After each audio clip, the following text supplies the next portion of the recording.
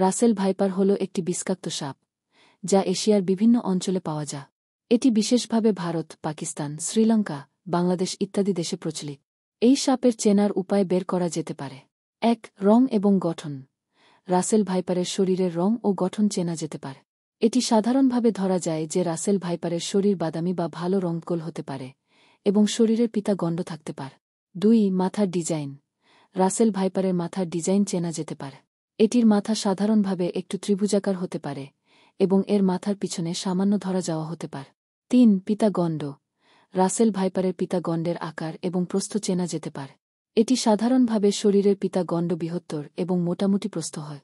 ৪. সুরঙ্গ গোছা। রাসেল ভাইপারের শরীরের প্রায় পূর্ণ সুরঙ্গ গোছা থাকতে পারে, যা অন্যান্য সাপগুলির চেয়ে বড় এবং মাঝের দিকে উজ্জ্বল হতে পারে। ৫. আলোর প্রতিস্পর্শ। রাসেল ভাইপারের চোখের আলোর প্রতিস্পর্শ চেনা যেতে পারে। এটির চোখ সাধারণভাবে বেগুনি বা বাদামি রং হতে পারে। রাসেল ভাইপার হল একটি অত্যন্ত জ্বালানিমূলক সাপ, তাই এর চেনা অত্যন্ত সাবধানে করা উচিত।